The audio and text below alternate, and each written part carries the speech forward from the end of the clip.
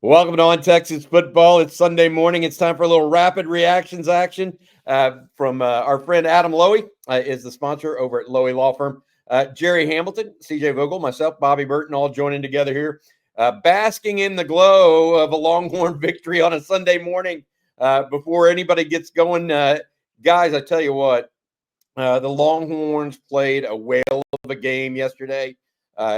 No doubt about it. And we got several different pieces that we want to get to from a rapid reaction standpoint. I want to get y'all's first comment about the game yesterday morning and yesterday afternoon. Yeah, I think my main takeaway was, look, you knew what Michigan's strengths were. You knew what they had to do offensively, that they were going to have success. And you knew what Texas needed to do. They need to win the battle on the perimeter, and they need to win with their speed. Because teams are certainly respecting. We've seen now Michigan do that as well, respecting the speed of Texas on the perimeter. But I think the biggest takeaway from this game for me was Quinn, obviously, I know he's had better statistical games that he's played at Texas. I thought that was the smartest, most intelligent quarterback game he's played at Texas. So I want to get that out of the way, and we'll talk about that. But it was the offensive line winning up front in the run game starting midway through the first quarter against Michigan. That was the thing that I'm taking from this game that travels throughout the SEC. Because we've talked all year, all summer, which is a long summer, where is Texas going to where are they going to be tested early against Michigan? What is that going to show you for the SEC when Georgia and Kentucky, who wants to run the football? I'm not saying they have the personnel that Michigan does, but some teams are going to want to run the football on you, the physicality of the league. Well, Michigan has a top 1, 2, or 3 defensive front Texas will see all season. And Texas certainly passed that test and then some. And when you see an offensive lineman like Cam Williams, his first start on the road, he had the jitters, but watch him come back from that and show the adversity, the intestinal fortitude.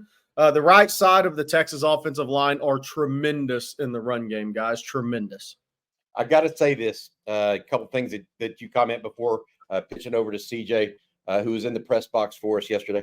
The run game, it was functional at the very least. It was not, to your point, they weren't like wiping out huge holes. Yes, Trey Weiser had a nice run and Jarrett Gibson, but it was functional. It was that run efficiency that Brian Irwin talked about, Gerry, that you're latching onto, and I could not agree more.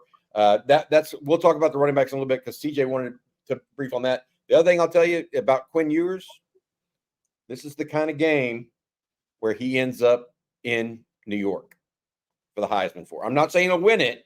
This isn't necessarily the game that'll win it, but this puts him seriously in the conversation. I guarantee you the people in Vegas later this afternoon when they redo those odds, Quinn Ewers odds go straight through the roof. CJ, what were your first takeaways from the game yesterday? Yeah, and it's kind of been a continuation from a year ago, right? I mean, I don't think there's an environment or a situation too big for this Texas team. You know, you go into Tuscaloosa last year, you win that game. You win the Big 12 championship. You go on the road again this year, you play in Ann Arbor, and you come away with I don't want to call it easy, but, I mean, they sure made it look easy, right? I mean, it was almost a smooth sailing second half. It was decisive.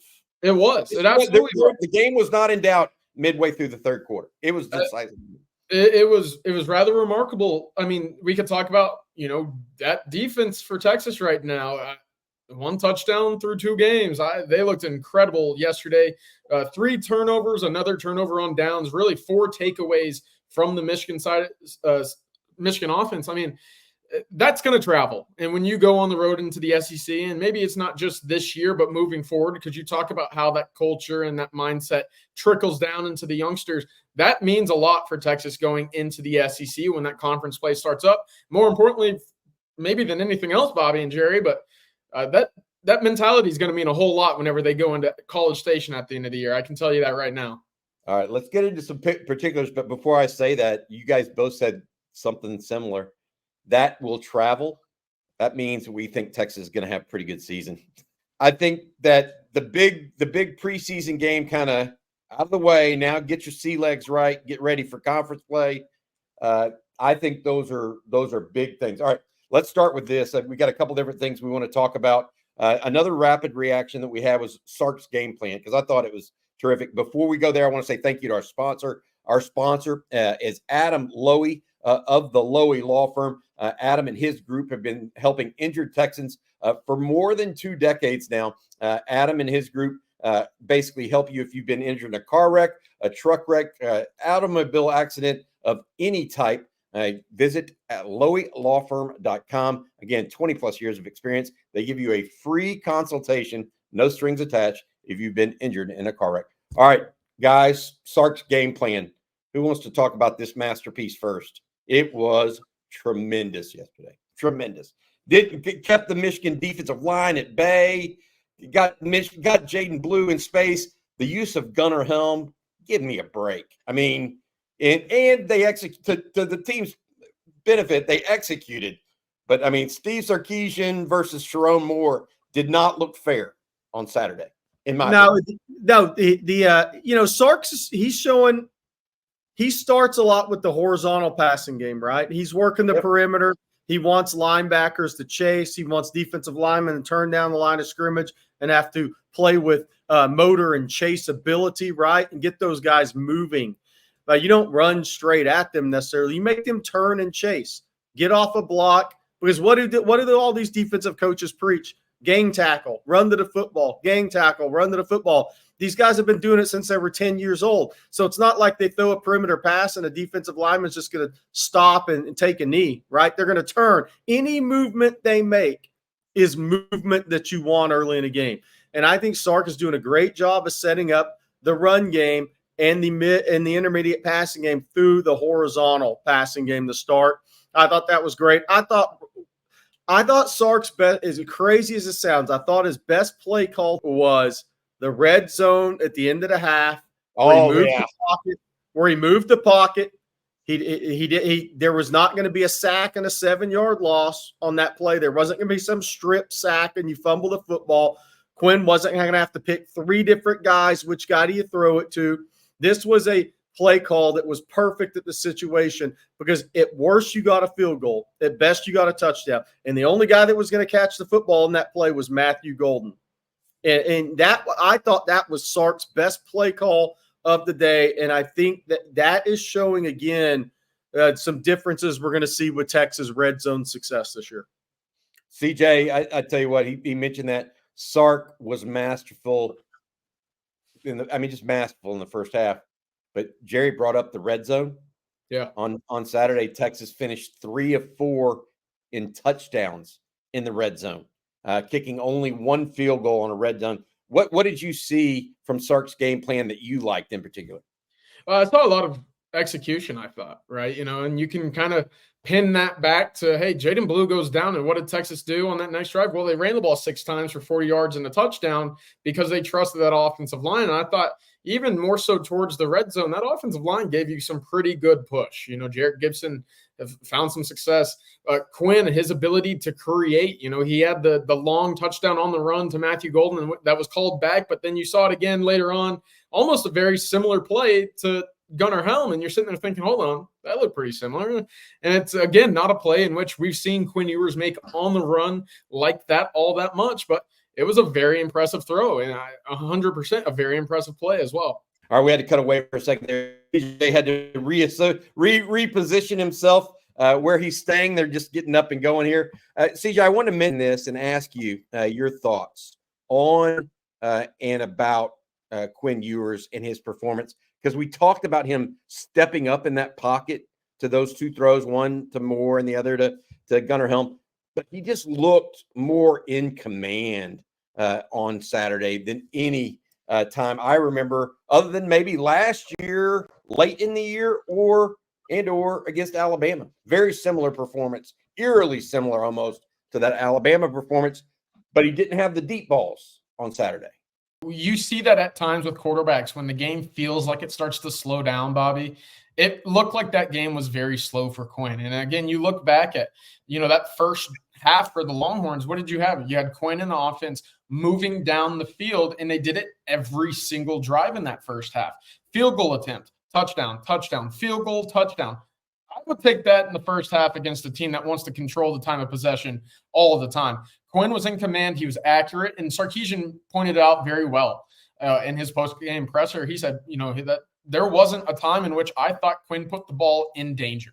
And that against a team like Michigan, it's so important. And for a veteran quarterback to have a game like that, so important for Texas on the road in those big games. The other thing to me, and we've talked about this last year, Quinn needed to put on the cape. Rod Babers talks about it all the time, and he has a point. There were 6 games a year ago in which Quinn Ewers only had 1 passing touchdown. He was a big part of the offense and the scoring, obviously, but you wanted him to take over football games. That first half, it was all Quinn Ewers, and I thought 100%. At some point in that first half, I'm looking around saying, there's not a player on this field at the same level of Quinn that I'm watching right now. It was really, really important and impressive. Gerry, what did you think about Quinn's maturation year over year? Yeah, so I think the big thing for me was, this wasn't a big statistical game, but it was a great timing game for him. And to your point, Bobby, this can get you to New York because the statistical games should come on the schedule. This was a big game from a standpoint of showing you've taken the next step, not turning it over on the road in a really big game, being in command of a team that is now going to be ranked, 3 in the country, right? There's still 3, top 3 in the country for a while, hopefully, right? And have a chance at 2, depending on how all these games go in the future. But and we go a little farther than the Heisman talk. This was a strong NFL draft game for Quinn. Bingo. Because the throws he made to Gunnar Helm. How many deep shots are there really in the NFL? How many? There's, versus how many intermediate throws when you have to throw off platform, when you have to move a little bit in the pocket to release the ball, when you have to find that tight end on a cross, find the matchup. I thought he played with great control. You know what? 2 of the biggest plays Quinn made maybe were when he took a knee when the running back went the wrong direction. He didn't try to do too much. He didn't put the ball and the possession in jeopardy. That's growth. Because just remember last week, a ball that was intercepted for him, he should have just got down, got 2 yards, and taken the field goal. And if a guy with his talent makes the correct play, you end up in New York and you end up in the first round of the draft. Couldn't have said it better.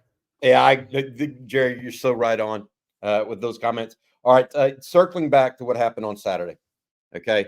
I've said that Sark's game plan was masterful. I'm wrapping that part up right now because Quinn and the players, to CJ's point, did execute it as well. These halftime stats are just eye-opening. Yeah. 15 first downs for Texas, 4 to Michigan. 15-4.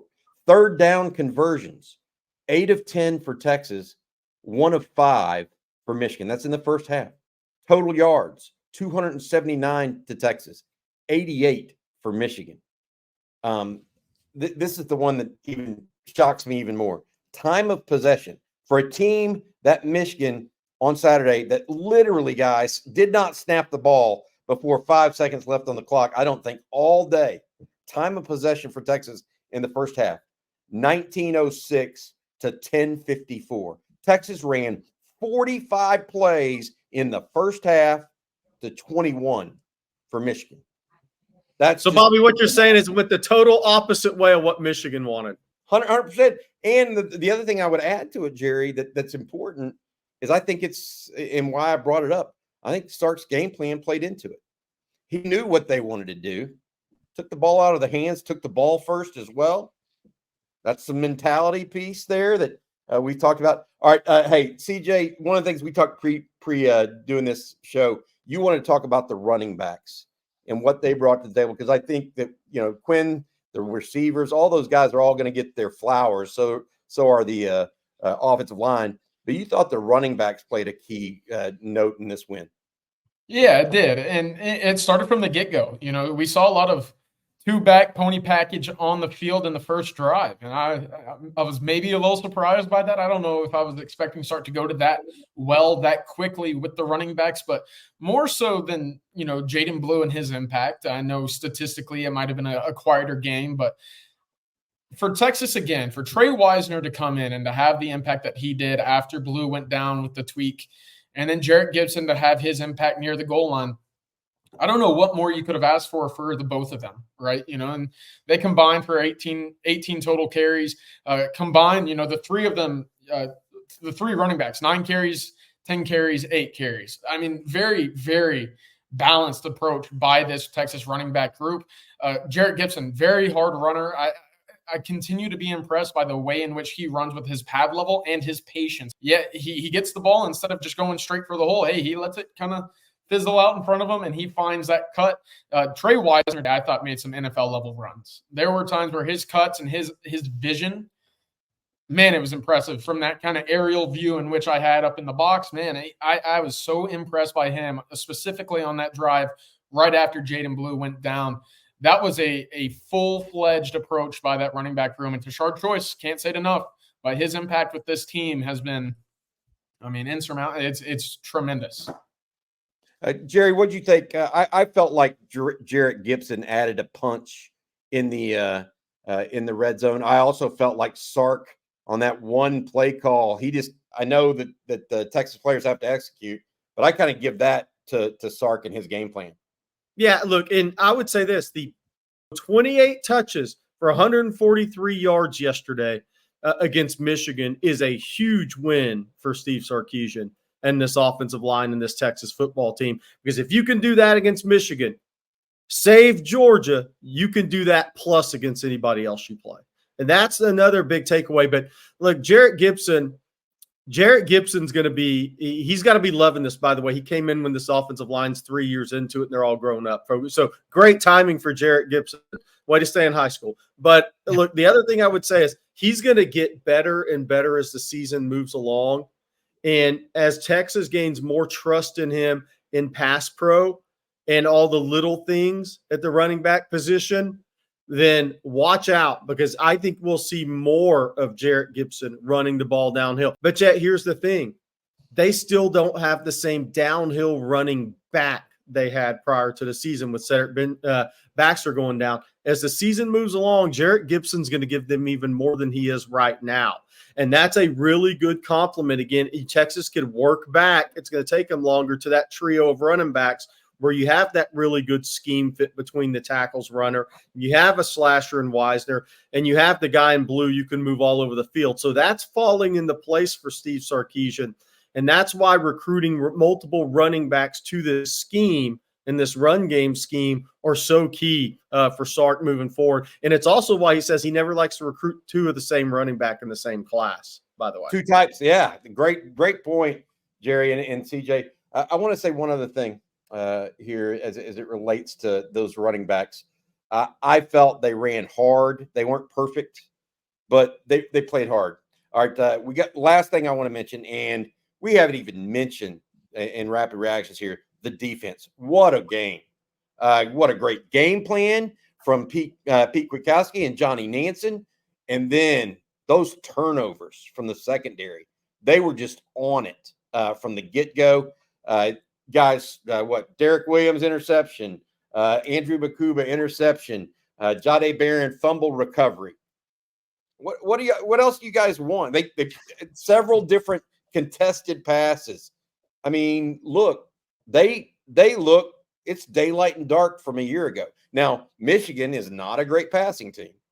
So nobody's going to say that, but the secondary I thought looked terrific. Yeah, look, the safety position is very improved. And we talked about this before the season. Derek Williams in year 2, those guys make big jumps, and he's making a big jump right now. He's going to grow in confidence from this game. Michael Taft returns. Andrew Makuba, massive offseason addition out of the portal. But because, look, he may not test as well in a combine saying as Keaton Crawford, but he plays the safety position in a more athletic manner with better timing. Texas got so much more athletic. And I want to say this, and I mentioned this to Rod yesterday on the telecast. I watched with us. Jelani McDonald looks like he's improving at a pretty good clip right now, guys. He was out there in key situations. Texas even lined him up at nickel. And I'm like, whoa, If they're expanding his role, you only do that if this guy's getting it up here to go with all the athleticism. Yep.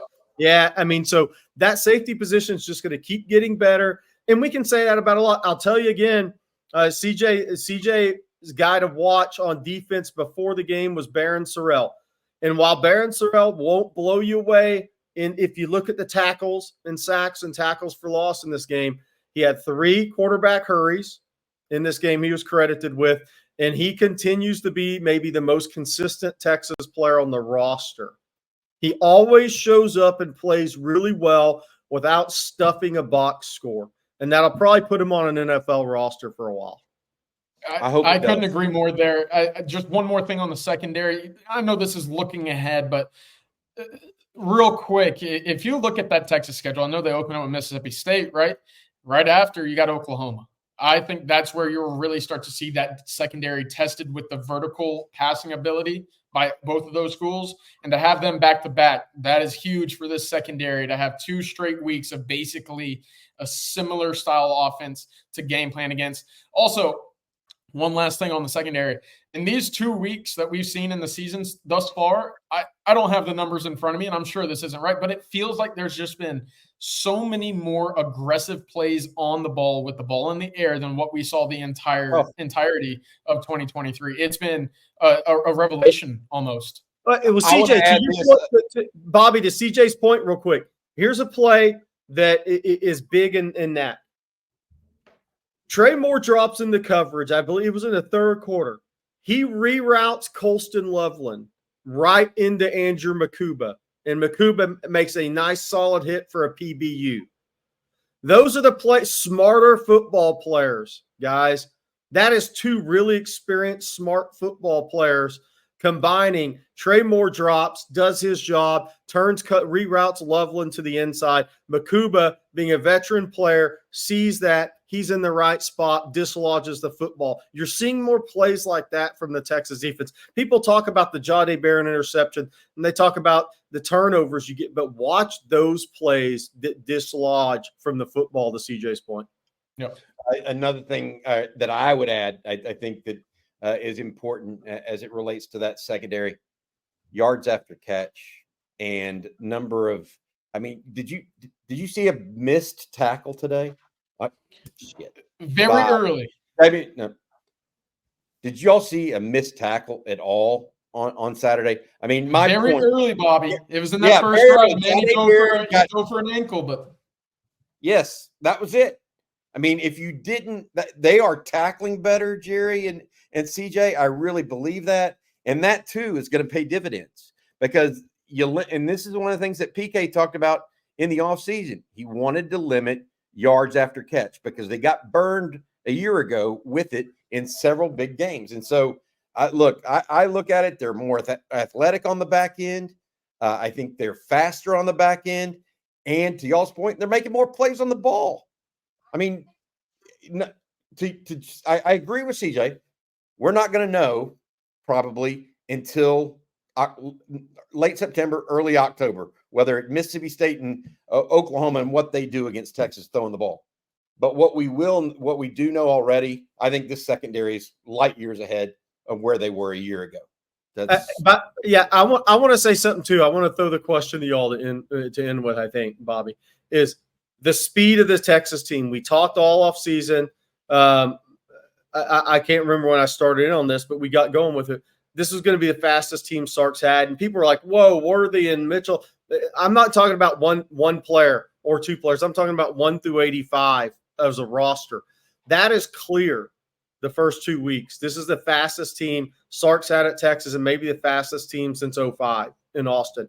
And it's ball get off of a Colin Simmons. You're starting to see that come through. It's an Andrew Makuba. We're not talking about combine testing. We're talking about playing fast. There's different ways to have team speed, and Texas is showing all of it. But I'm here to tell you guys this. Texas starts DeAndre Moore and Matthew Golden, along with Isaiah Bond and Jaden Blue. If 10.80 is your slowest guy in the 100 meters of that group, people have to respect your speed. And if they respect your speed, what happened today with Gunnar Helm what's going to happen later in the season is Sark gets Nyblack mixed into this with Gunnar Helm. Texas is going, and Ryan Wingo starts mixing on outside, and Silas Bolden starts mixing in more next outside. What we've seen from Texas has been really impressive so far. I don't even think they're close to maximizing what they can do offensively midway through the year and the rest of the way. Gunnar Helm's faster than JT Sanders. Yeah. Just putting that out there. We'll see what all this means. But, hey, look, guys, before we get going with rapid reactions, I want to mention another thing. Texas got a little lucky yesterday, in my opinion. Okay. And not in the way, not in the football game. A little lucky because of what happened to Notre Dame yesterday afternoon. Yeah. Notre Dame losing to Northern Illinois, in my opinion, is a big boon to the Texas Longhorns. Not because it looks bad on the Aggies. I'm not talking the recruiting angle of that, because that does look bad. Yeah. I'm actually talking about the fact that now Steve Sarkisian says, remember, did you see what happened over in South Bend on last Saturday? He has a talking point as Texas heads and plays UTSA scheduled for next Saturday. Well, and Bobby, what that also did, that knocked an independent out of the college football playoff. There's another spot for a 9-3 team now. Notre Dame's toast. I don't care if they went out. They won't get in the playoff off of this loss. That opens it up for another somebody else from the SEC or Big Ten with 3 losses is what it's going to end up doing. Man, that has to give false hope. Or that any kind of hope that A&M had that they actually played a good team, this gave them false hope as well. All right, that'll do it for Rapid Reactions. I want to say thank you to our sponsor, Adam Lowy of the Lowy Law Firm. He's been helping injured Texans for 20-plus years, he and his firm. Again, injured in a car wreck, truck wreck, automobile accident, ATV, anything, and think you might be due compensation, give Adam and his group a chance. LowyLawFirm.com. Appreciate him sponsoring us here. CJ and Gerry, we've got some more content coming today. You guys had a great live stream last night. A lot of stuff going on right now for the Longhorns, offensive and defensive grades, second watch with Rod, then another live stream tonight. For you guys, I hope everybody's having a good Sunday morning. Man, it feels good to wake up with a Longhorn victory in the rear view. For CJ and Gerry Hamilton and our producer, Matt Hutchison, thank you for watching On Texas Football. Hook 'em.